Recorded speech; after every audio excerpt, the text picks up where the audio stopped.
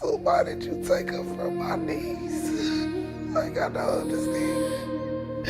I would respect him more if he tell me why. We definitely need strength. We need prayers. It's a big one. Another sunrise on the same old fight. Thought your promises were made of light, but every word just fades into the gray. I can't live another day this way, so I scroll through my phone one last time, deleting. Daisha Stevenson was bubbly, always the life of the party, and always loving on her family. Making sure her 16-year-old daughter had it all, serving as a caregiver for her mom who had a stroke and is now partially paralyzed, and to top it off, trying to be the perfect wife. Two cars pull into the Pleasant Village apartments, minutes apart. Daisha Stevenson steps out of hers and into her husband's. The engine stays off. Inside, something shifts. Neighbors see nothing unusual, just two people sitting in a parked car. 3 minutes later, a woman is dead on the side of Murdoch Road. Her family will find the car before the police confirm her name. But how did we get here? Welcome to Hidden Motive Crime. Welcome back. If you're new here, please subscribe and turn on the notification bell. Today we explore what happened to Daisha Stevenson. Today we're going back to a quiet stretch of road in southeast Dallas, Texas. The same road where a family's search for one missing woman ended before they were ready for it to. On the morning of October 25, 2023, Daisha Stevenson was found shot on the side of Murdoch Road. Within hours, her husband, Michael Smith, was in custody, held on a $1 million bond, charged with her murder. Inside his car, investigators found a single shell casing in the driver's seat, blood in the front seat, visible before they even opened the door, and one sandal, matching the pair Daisha was wearing when she was found. But police weren't the first to piece any of this together. Her own sister and cousin tracked her car to an apartment complex hours before officers confirmed what had happened. A handprint on the driver's side window told them something was wrong before a single detective did. 35 years old, a mother, a caregiver to her own disabled mother, someone who, by every account from the people who loved her, did everything she could to hold her family and her marriage together. How much of what happened that morning could have been seen coming, and how much of it was only visible once it was already too late? We're going to walk through this morning minute by minute, because the evidence tells a story the headlines never did. Before we start, have you ever had a gut feeling about someone that turned out to be right? Tell us below. Daisha Stevenson was 35 years old, and by the account of nearly everyone who knew her, she spent most of those years taking care of other people. She raised her daughter, 16 years old at the time, largely on her own.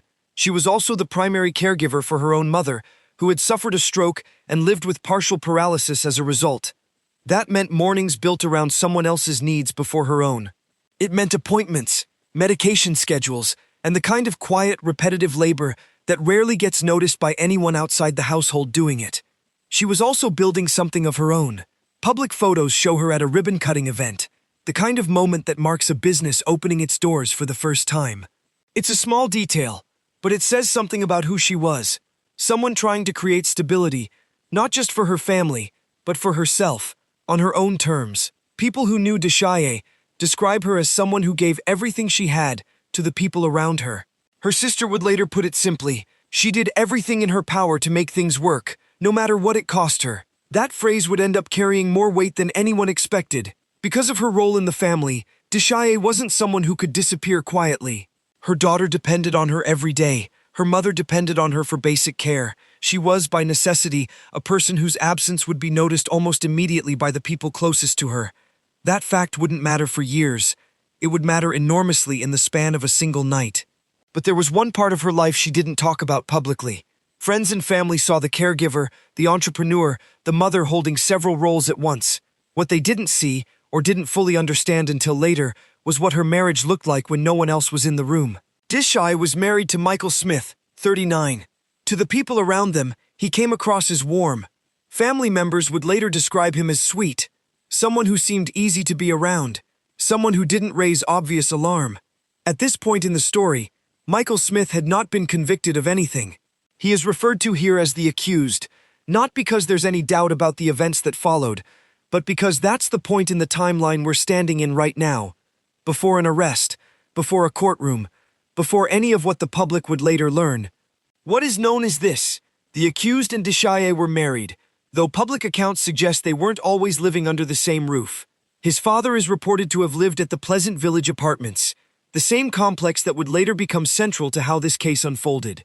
Family members who spent time around the couple would later say there were signs they didn't fully register at the time, not dramatic ones, not the kind that show up in a police report, the kind that are easy to explain away in the moment and much harder to explain away afterward.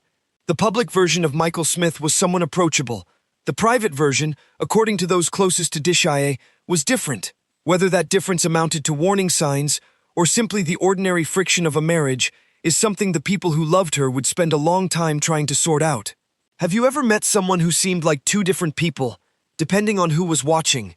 Marriage, at its best, is built on the assumption that you know the person you've chosen. Deshaye Stevenson and Michael Smith had built a life together. A marriage, a shared history, a connection to each other's families. By outward appearances, that's exactly what it looked like. A couple with a history, navigating the same ordinary complications every long-term relationship carries. It's only in hindsight that Deshaye's family began describing what they now call red flags. Not a single dramatic event, not one moment anyone could point to and say, that was the warning. Instead, something closer to a pattern only visible once you already know how the story ends. Small inconsistencies, moments that felt slightly off, explained away in the moment because there was no reason yet to think they meant anything more. Her sister would later say plainly that there were signs the family didn't catch in time. That admission carries real weight, precisely because it doesn't come from anger. It comes from people trying to understand, after the fact, what they might have missed while it was still happening. There is no public record of a school, a workplace, a court, or any outside institution being alerted to a threat before that October morning. No documented prior report, no paper trail showing an intervention that failed. What existed instead was something harder to act on, a feeling, held privately by people who loved Deshaye, that something about the marriage wasn't right, without any single moment clear enough to justify stepping in. What would you have done if you'd seen those same warning signs in someone you loved, signs too small to report, but too persistent to ignore? By late October of 2023, Deshaye's days followed a rhythm her family knew well. She checked in, she showed up. She was, by every account, reachable. On the evening of October 24th, that rhythm broke. Her 16-year-old daughter tried to reach her and couldn't, not once, but repeatedly. For most families, an unanswered call isn't unusual. For Deshaye's, it was almost unheard of. She was the person her daughter depended on to be there. She was the person managing her mother's care, medication, and daily needs. A missed call wasn't just inconvenient. It was a break in a pattern that had held steady for years. This wasn't just unusual. For Deshaye, it was impossible. Her daughter reached out to other family members. Her sister Jasmine and her cousin Nita began trying to piece together where Deshaye might be. What they didn't yet know was that earlier that evening, two vehicles had pulled into the parking lot of the Pleasant Village Apartments, the same complex where Michael Smith's father reportedly lived. Deshaye had stepped out of her own car and into her husband's. She had not been heard from since. Surveillance footage from the Pleasant Village Apartments shows two vehicles entering the parking lot separately on the evening of October 24, 2023. Deshaye Stevenson arrived in one. Michael Smith arrived in the other. Deshaye stepped out of her own car and into her husband's. According to an affidavit obtained by the Dallas Morning News, the vehicle remained parked there for some time afterward. Investigators would later describe what appeared to be a disturbance inside during that window. What happened in that car in the next few minutes would take investigators weeks to piece together. At some point after that, Deshaye Stevenson was shot. Her body was found on the side of Murdoch Road, a short distance from the apartment complex. Michael Smith, the accused in this case, was not at his home when officers came looking for him. He was later located nearby, at a barber shop. That night, Deshaye's 16-year-old daughter tried repeatedly to reach her mother by phone. Every attempt went unanswered. For a woman who managed her daughter's daily needs and her own mother's medical care without fail, that silence was immediately alarming to the people who knew her best. Her sister, Jasmine, and her cousin Nita began searching on their own. They tracked Deshaye's car to the Pleasant Village Apartments. the same complex where Michael Smith's father reportedly lived. When they arrived, Nita noticed something on the driver's side window, a large handprint. Nita, a criminal justice major, later said she began working through what she was seeing the way she'd been trained to, piece by piece, treating it as evidence rather than assuming the worst. It was a community blog post, not a police notification, that told them a woman had been shot to death just a few minutes away. They followed that information to the scene. By the time officers on site confirmed what had happened, Deshaye's family already knew. They just hadn't wanted to believe it yet. Once Deshaye Stevenson's body was found, investigators moved quickly to locate her husband. Officers went first to his home. He wasn't there. They found him shortly after at a nearby barbershop. From there, the case built itself around two things: what the cameras had captured and what officers found once they got a closer look at his vehicle. The surveillance footage from the Pleasant Village apartments became the backbone of the investigation. It showed the two cars arriving separately. It showed Deshaye getting into her husband's vehicle. It showed that vehicle staying parked for a period of time afterward, with what investigators described as a disturbance visible inside. On its own, footage like that raises questions. It doesn't answer them. The answers started arriving once officers located Michael Smith's car parked in his driveway. According to the affidavit, they could see blood in the front seat without even opening the door. Inside, they found a bullet shell casing sitting in the driver's seat. And in that same car, a single sandal, matching the one Deshaye was wearing when she was found on Murdoch Road. Investigators also recovered multiple guns from the home tied to Michael Smith, the accused in this case. Each piece on its own meant little. Together, they told police exactly what happened. Which piece of evidence do you think mattered most here? The footage that placed them together, or what investigators found waiting inside that car? Based on what detectives gathered, the footage, the vehicle, the physical evidence recovered from both the car and the home, Michael Smith was arrested and charged with the murder of Deshaye Stevenson. He was booked into the Dallas County Jail and held on a $1 million bond. At this stage, it's important to be precise about where this case actually stands. Michael Smith is the accused. He has not been convicted of this crime. As of the information available, this case remains pending trial, and no verdict has been reached. Nothing in this video should be understood as a statement of guilt, only as an account of what has been alleged and what evidence has been reported by investigators and by outlets including the Dallas Morning News and Law and Crime. What remains, more than anything else, is the question Deshaye's family has been left holding. Her sister Jasmine put it as simply as it can be put: "I just want to know why. Why would you take my sister from us? Like, why?" So why did you take her from my niece? Like, I don't understand. I would respect him more if he tell me why. It's a question the evidence hasn't answered. It may be a question the courtroom never fully answers either, because why isn't always something a verdict can provide, even when it eventually arrives. In the time since October 2023, Deshaye Stevenson's family has spoken publicly about her loss, but always with the same unresolved center. Her sister's words, "I just want to know why," haven't been replaced by anything more definitive. There's no public record of a broader policy change tied to this case. No new law, no institutional reform that came from what happened to Deshaye. What's left is simply a family carrying the loss forward. That loss has a shape to it. I went to sleep just thinking it was normal, it wasn't nothing. Monday night, my niece called me around 12 something, and I was asleep. I was hearing my phone, I was hearing Facebook Messenger, and it was like it was just in my dream, but as I kept hearing it, I eventually woke up, and it was my brother's girlfriend saying that my niece haven't heard from her since 4. She was stranded in my auntie house, and I'm like, what, I don't know. I just was like, that's not her.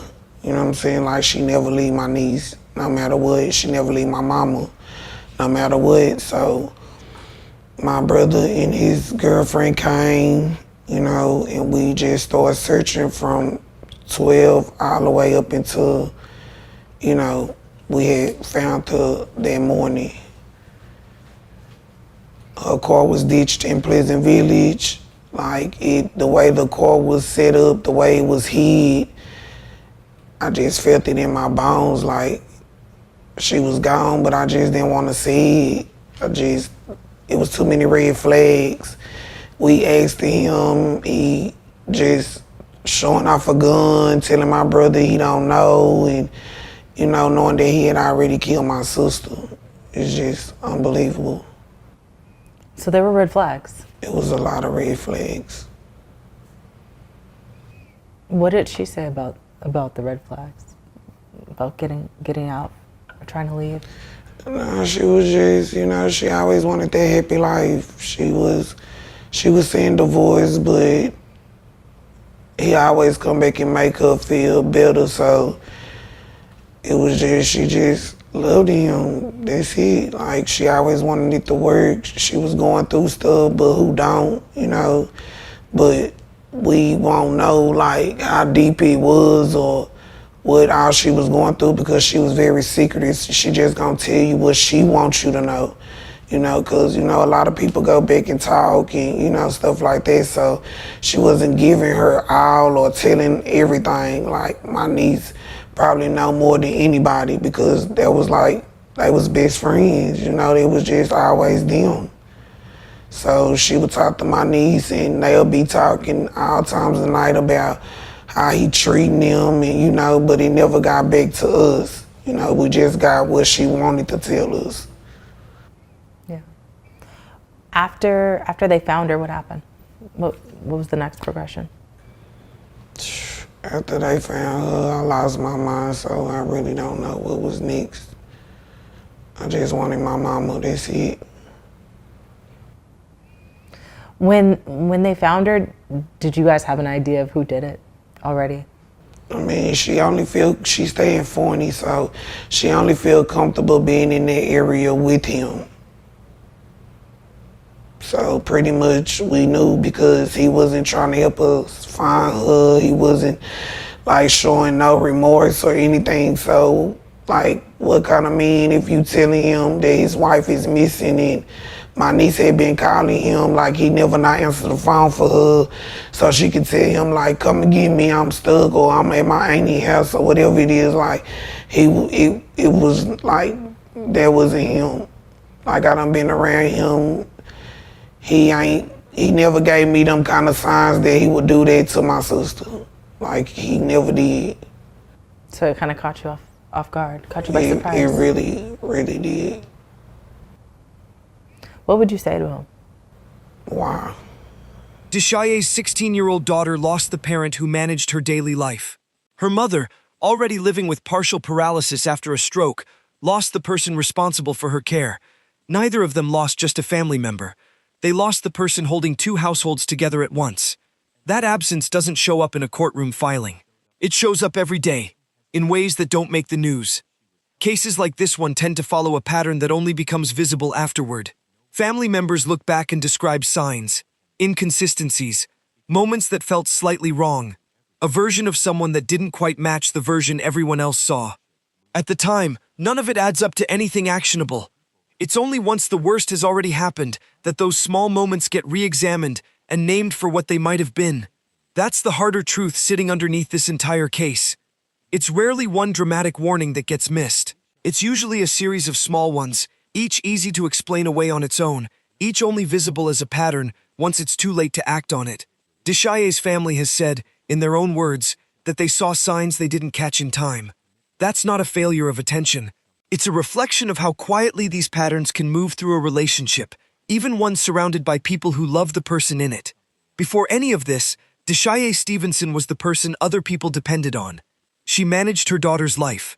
She managed her mother's care. She was building something of her own, a business, a future she was working toward on her own terms.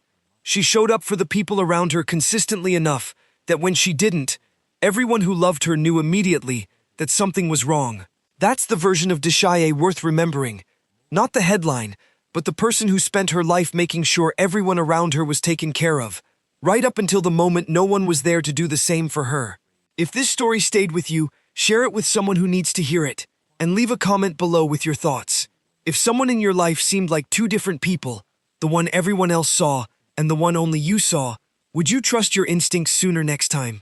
Make sure you're subscribed and your notifications are on, because next time on Hidden Motive Crime, we're stepping into another case where the people closest to the victim saw things no one else did.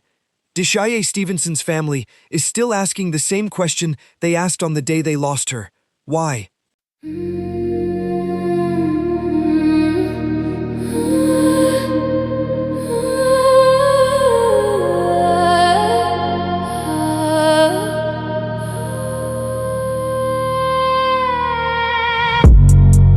Another sunrise on the same old fight. Thought your promises were made of light, but every word just fades into the gray. I can't live another day this way, so I scroll through my phone one last time, deleting all the memories from your prime.